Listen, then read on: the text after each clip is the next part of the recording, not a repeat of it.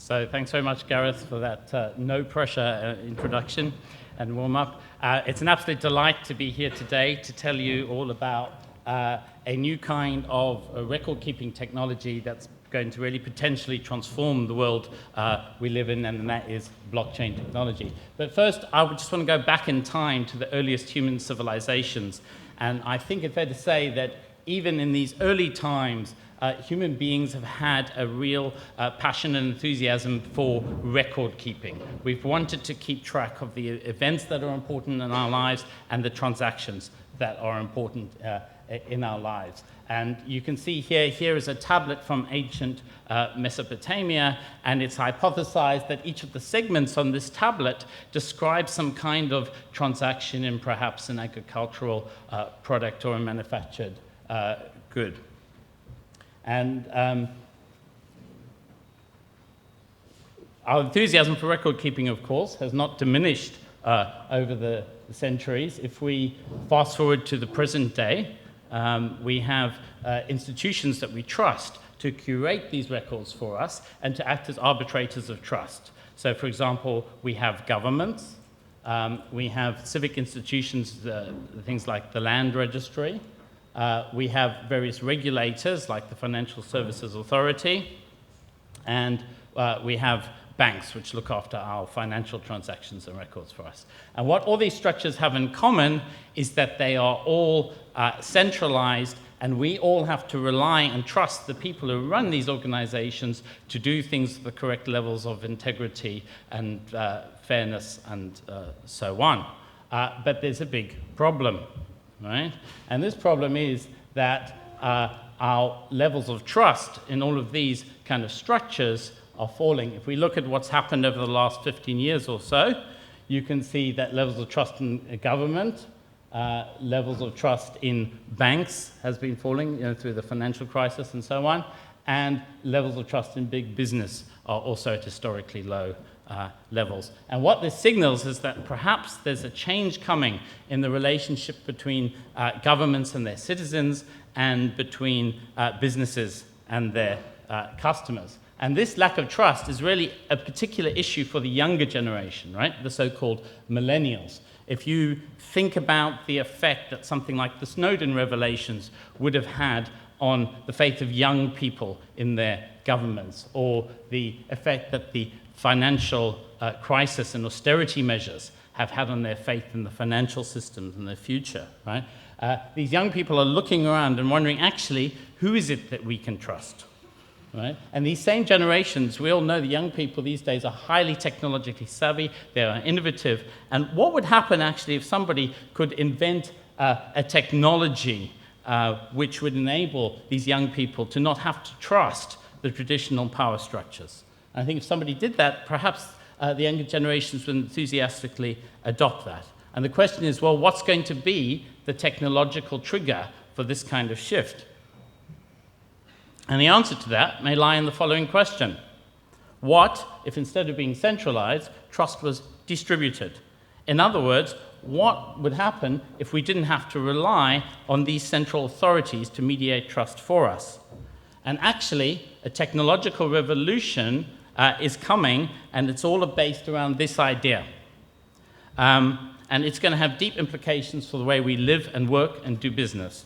But before we get there, I just want to elaborate a bit on about what Gareth said about me and my interest in this kind of area. So, yeah, I'm an academic in the Department of Computing. I really do love to do research into a wide range of real-world distributed systems which consist of interacting agents. Now, these agents can either be competing, as you see in the top left there, with in the case of like a sporting event, tennis is a sport I particularly like, or it can be about agents which are trying to cooperate to achieve some kind of goal, for example, the efficient flow of goods around a warehouse. Because after all, efficient logistics is at the heart of many successful businesses.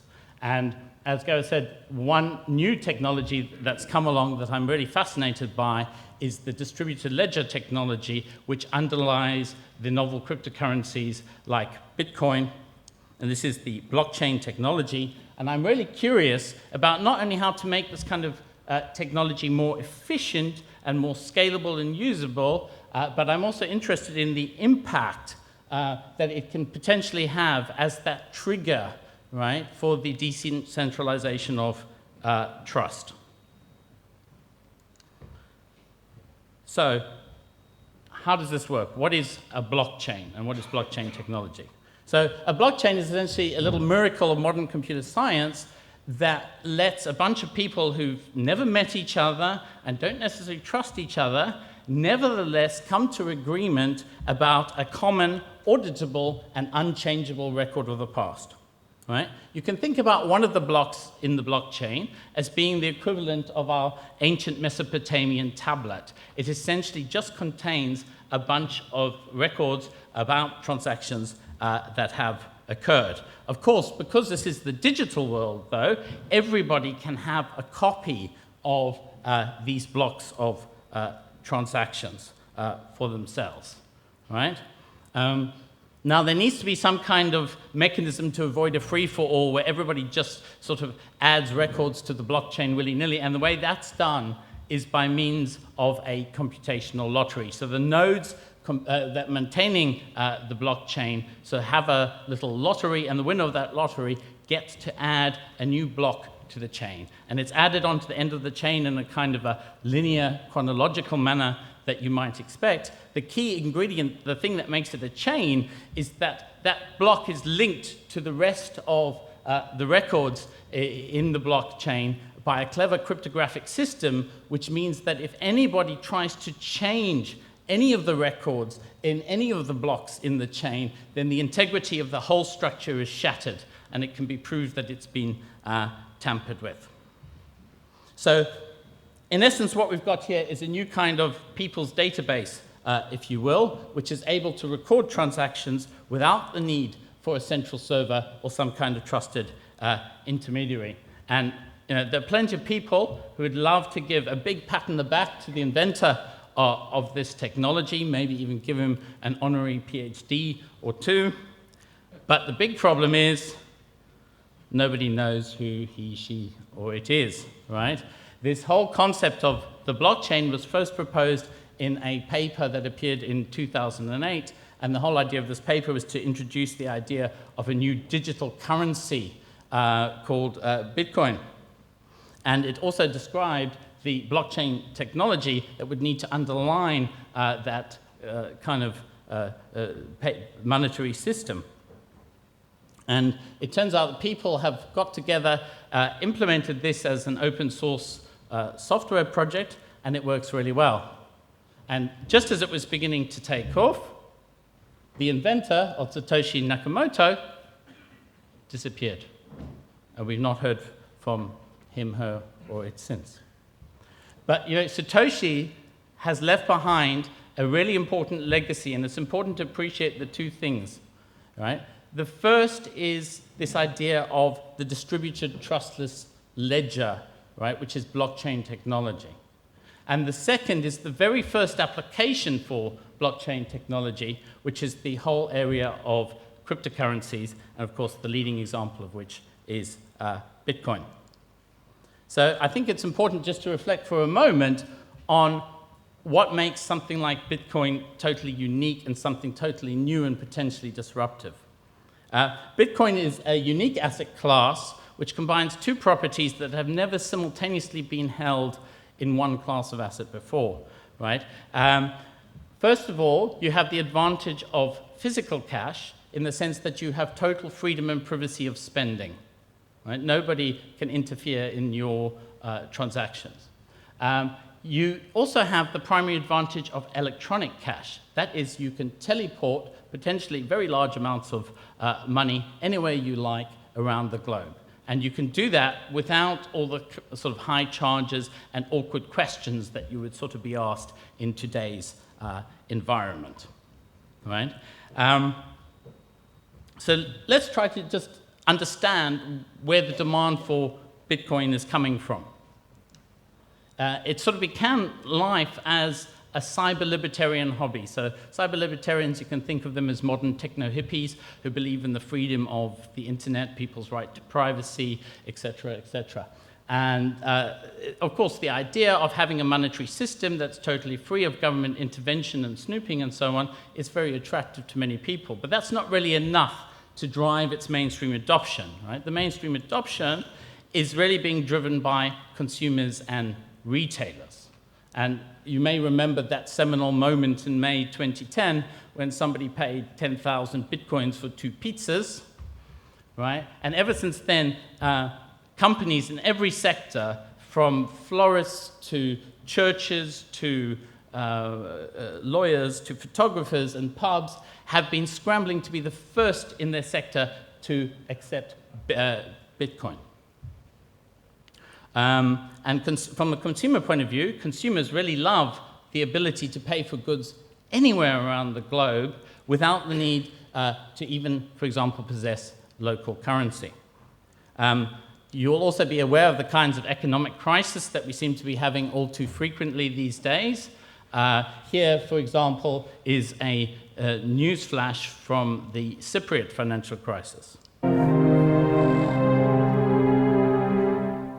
Well, by now I'm sure you're aware of the fact that in Cyprus, banks have closed. They've put limitations on the amount of withdrawals that people can have, and they're actually confiscating money out of people's accounts and calling it a haircut. And in a reaction to that, the Dollar Vigilante reports that the world's first Bitcoin ATM is being announced in Cyprus. He says, while European politicos negotiate in Brussels, deciding the fate of other people's money in Cyprus, the free market has already moved to help Cypriots get access to their money via other means. And I think we're all familiar with the crisis that's currently unfolding in Greece at the moment, and I think it's fair to say that a fair proportion of the people sort of caught up in that crisis will be thinking about alternative homes and havens for their assets that are potentially free of, for example, government intervention. So yeah, Gareth mentioned the $1 trillion note in my office. It's actually a $100 trillion note. This one comes from Zimbabwe. The point here is that a lot of the world's population is rather more fundamentally economically excluded. A lot of people, for example, billions of people do not have bank accounts. A lot of people live in places where there simply is no currency, like Somaliland, or they live in a country where the currency has just been hyperinflated away into non-existence. Right? So in the case of the Zimbabwean note, it's ironic that actually you couldn't buy the paper that the note is written on for 100 trillion Zimbabwean dollars. Right? And you might want to reflect for a minute on what it might mean for your business if you could get access to those billions of people, the half of the world's population that's currently economically excluded in this kind of a way. I think it's also important to remember that financial services, payments, and remittances are only the beginning of the opportunity when it comes to blockchain technology. And the reason for that is because blockchain technology really is a general mechanism for proving the authenticity of the past. It can offer businesses new ways to exchange information and assets, whether those be tangible or intangible, while at the same time still being able to verify the authenticity of those transactions. And really, I just want to take you on a quick tour give you an idea of the power and flexibility of the blockchain as a record-keeping structure, right? And what the potential is, because there's an explosion of innovation going on in this space. And I'm very pleased to say a lot of our students are coming up with amazing ideas for new ways to use the blockchain. And much of what you're about to see it has either been implemented by them or is being worked on by them.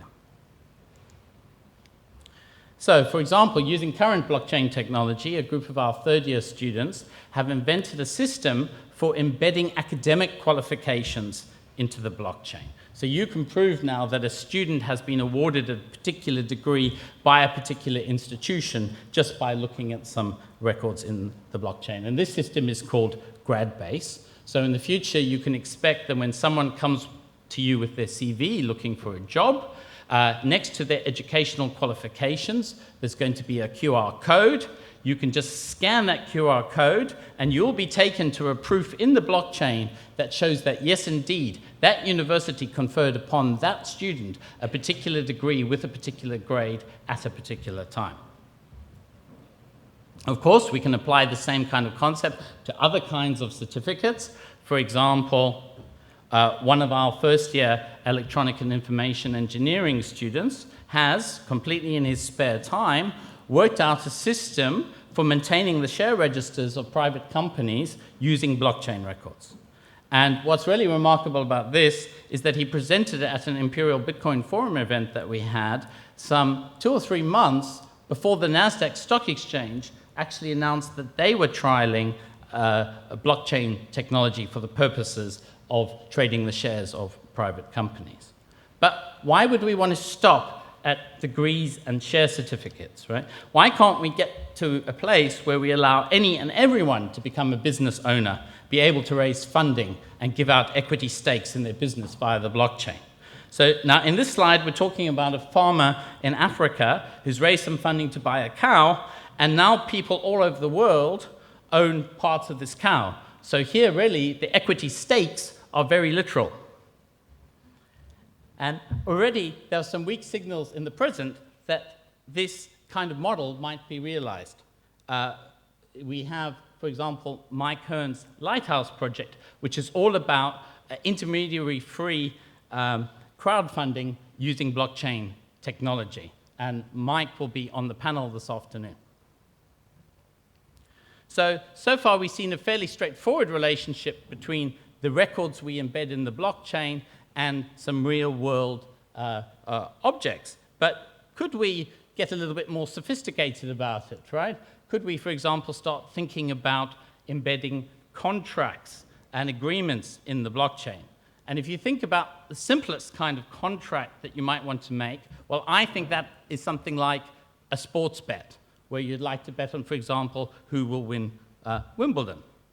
And one of our top fourth-year students has come up with a Bitcoin-based betting exchange, which is anonymous, secure, and auditable, and which makes use of the blockchain to provide proof of a bet, proof of the event outcome, and proof that payment was made in accordance with the event outcome.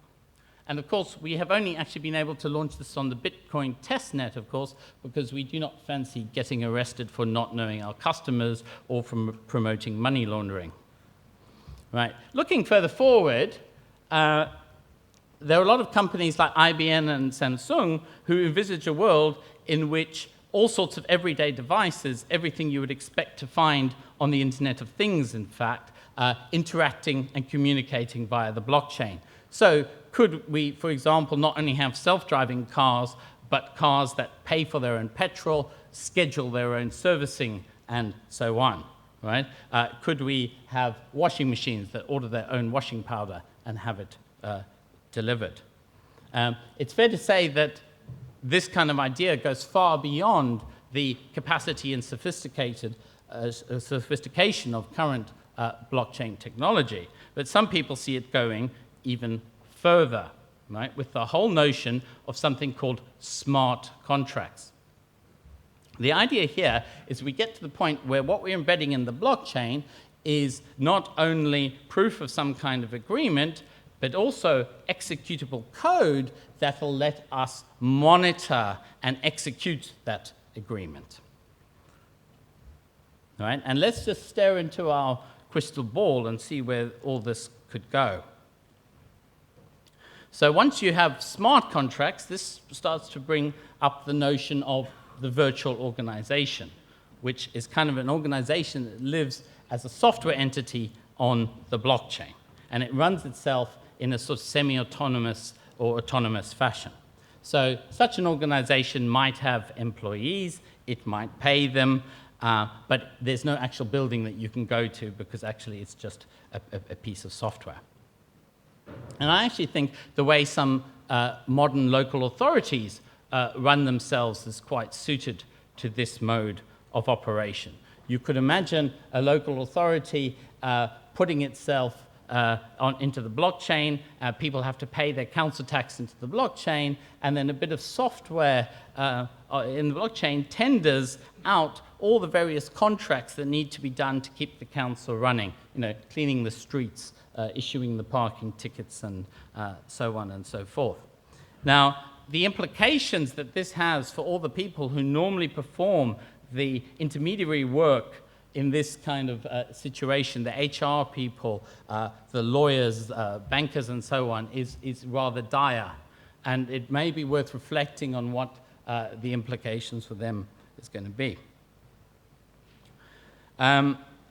We do have to really keep an eye out for how we implement this kind of system, if this is where it's going. So here's a little cautionary tale, and it begins with an advert that appears in the blockchain classifieds, because in the future, when we want a job, we will all have to go to the blockchain and look and see what's available for us. And in this case, there's it's an advert for a programming engineer, and it seems somebody's looking for somebody who can complete very sophisticated tasks, but with no questions asked. And of course, there's an abundance of retrained programmers out there, used to be HR people and lawyers and so on, and they apply for this job, but they don't know whether they're applying to a person, an organization, or actually just a bit of software.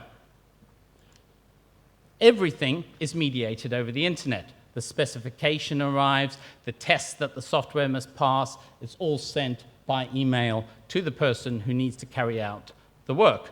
Person does the work, writes brilliant code that satisfies all of the requirements of the tests.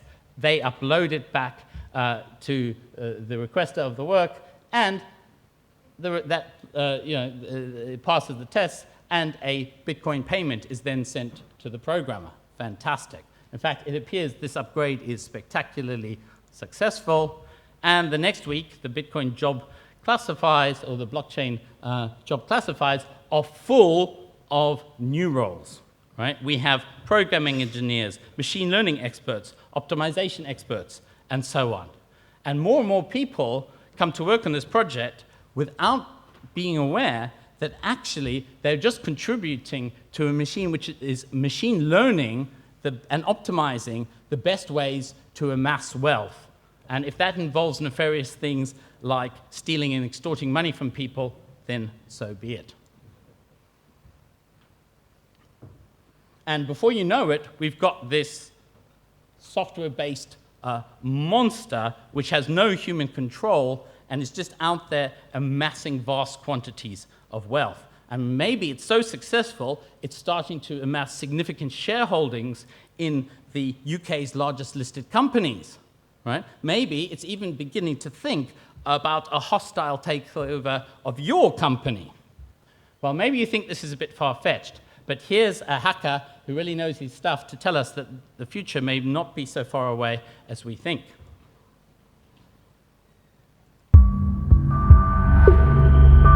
My name is Mustafa Al-Bassam.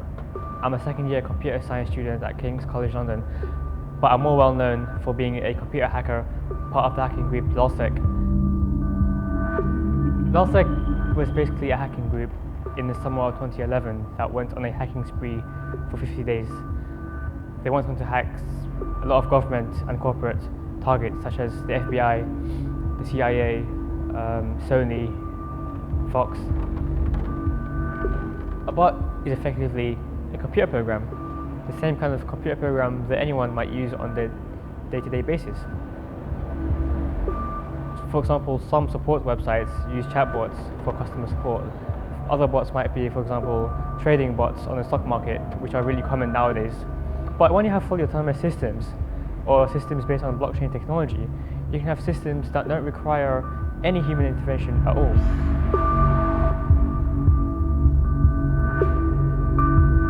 There's this bot that's currently operating that essentially allows any programmer to submit a code patch to it, and other programmers can vote whether or not that code patch should be submitted into the robot. Bots are capable of doing tasks, some tasks, much better than human beings. So I definitely do think that we'll be seeing a lot more bots in the future to make our lives easier.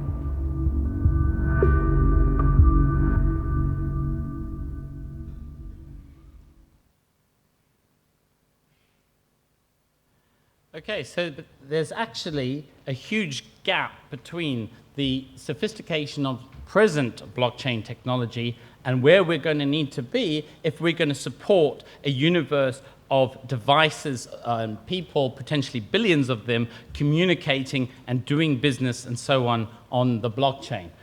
Just to take a few of the issues briefly, for example, the current blockchain can only actually support a rate of transactions that's a few transactions per second, up to say about 5 transactions per second.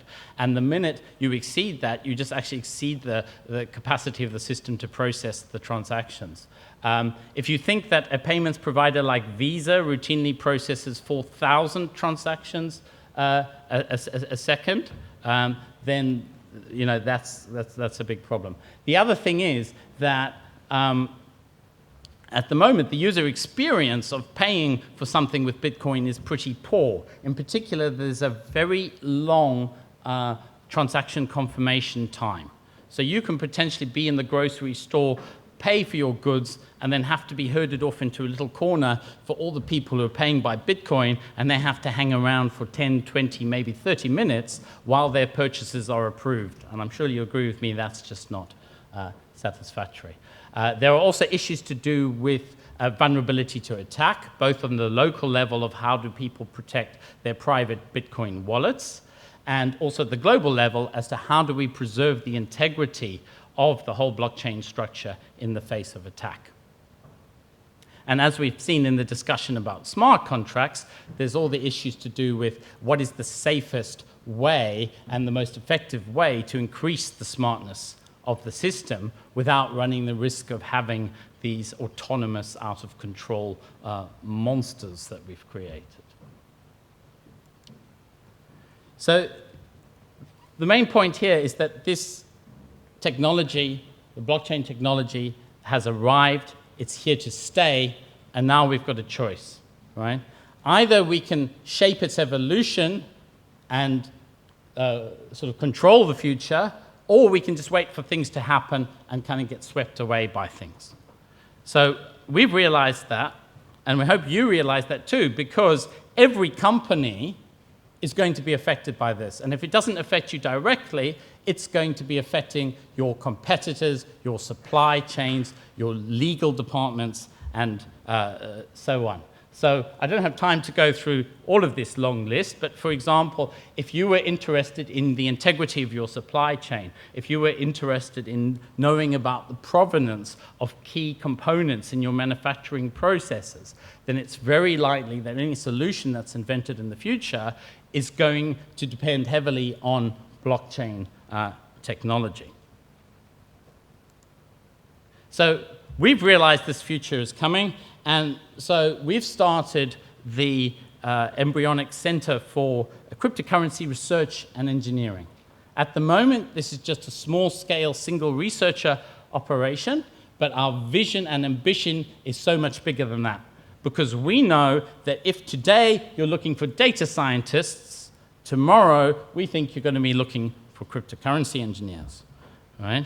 After all, you guys have got some amazing business challenges. We've got some of the best technology engineers. We're right next door to the Royal College of Art, which produces some of the finest designers in the world, and we are surrounded by finance houses.